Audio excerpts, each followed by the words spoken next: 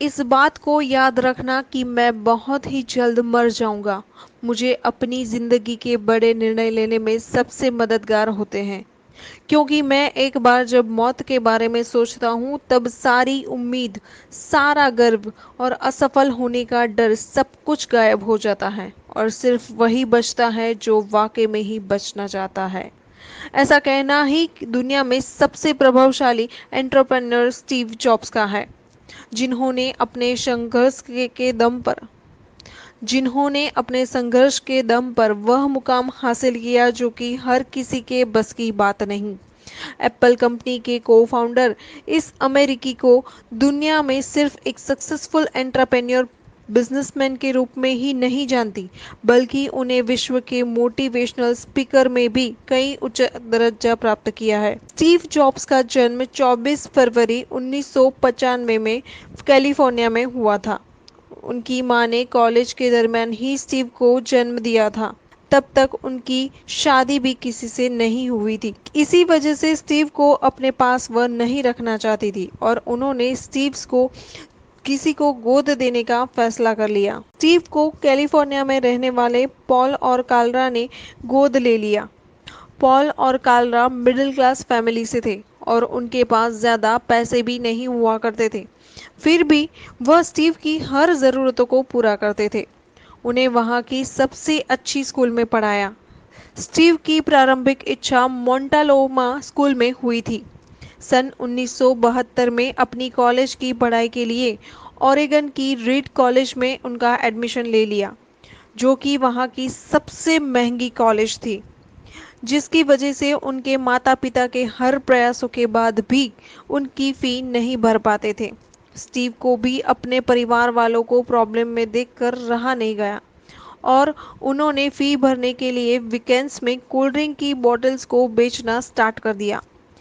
पैसे की कमी के कारण पास ही के एक मंदिर में जाकर मिलने वाले मुफ्त खाना खाने लगे।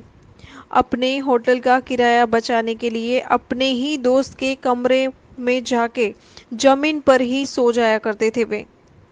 इतना कुछ करने के बावजूद पूरी फी नहीं जुड़ पाती थी और अपने माता पिता को कड़ी मेहनत करता देख उनसे रहा नहीं गया और उन्होंने कॉलेज छोड़ दी। उसके बाद उन्होंने अपना सारा समय पहले से ही सोचे हुए बिजनेस पर लगाने लगे। स्टीव ने अपने स्कूल के दोस्त वॉजनिया के साथ मिलकर अपने छोटे से गैराज में ऑपरेटिंग सिस्टम मैकिन्टॉश तैयार किया और इस ऑपरेटिंग सिस्टम को बेचने के लिए एप्पल नाम के कंप्यूटर का निर्माण करना चाहते थे, लेकिन पैसों की कमी के कारण वह ऐसा नहीं कर पा रहे थे। उनकी यह समस्या उनके ही एक मित्र माइक ने दूर कर दी। उसके बाद 1974 में मात्र 20 साल की उम्र में उन्होंने एप्पल कंपनी की शुरुआत की। स्टीव और उनके मित्रों की कड़ी मेहनत की वजह से देखते ही देखते कुछ सालों में एप्पल कंपनी छोटे से गैराज से बढ़कर 2 अरब डॉलर और 4,000 कर्मचारियों वाली कंपनी बन चुकी थी। लेकिन स्टीव की यह उपलब्धि ज़्यादा देर तक नहीं रही।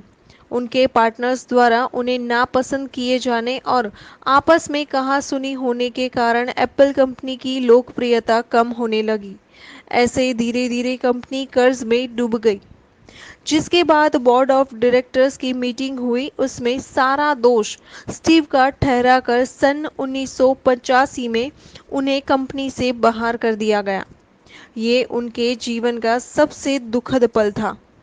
जिस कंपनी को उन्होंने कड़ी मेहनत और लगन से बनाया था उसी ने निकाल दिया था। स्टीव के जाते ही कंपनी की हालत और भी बदतर होती जा रही थी।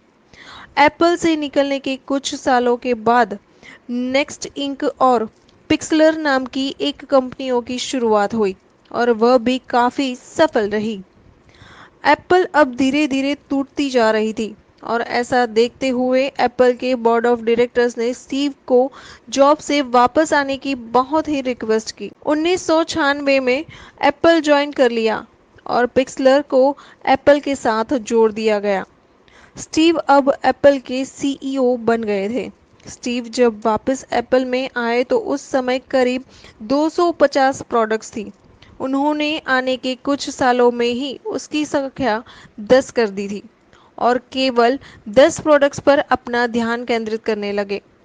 उनका मानना था कि प्रोडक्ट की क्वांटिटी नहीं क्वालिटी में ध्यान देना चाहिए। सन 1998 में उन्होंने आईमैट को बाजार में लॉन्च किया, जो कि काफ़ी लोकप्रिय हुआ और उसके बाद एप्पल ने कभी भी पीछे मुड़ के नहीं देखा और फिर आईपैड और आईफोन भी लॉन्च किए गए। 5 अक्टूबर 2011 को पैनक्रियाटिक कैंसर के कारण कैलिफोर्निया में स्टीव जॉब्स का निधन हो गया, लेकिन आज भी उनकी लोकप्रियता पहले की तरह ही बरकरार है। उनका कहना है, जो लोग इस बात को पागलों की तरह सोचते हैं कि वह लोग दुनिया बदल सकते हैं, तो सच में वही दुनिया को बदल सकते हैं।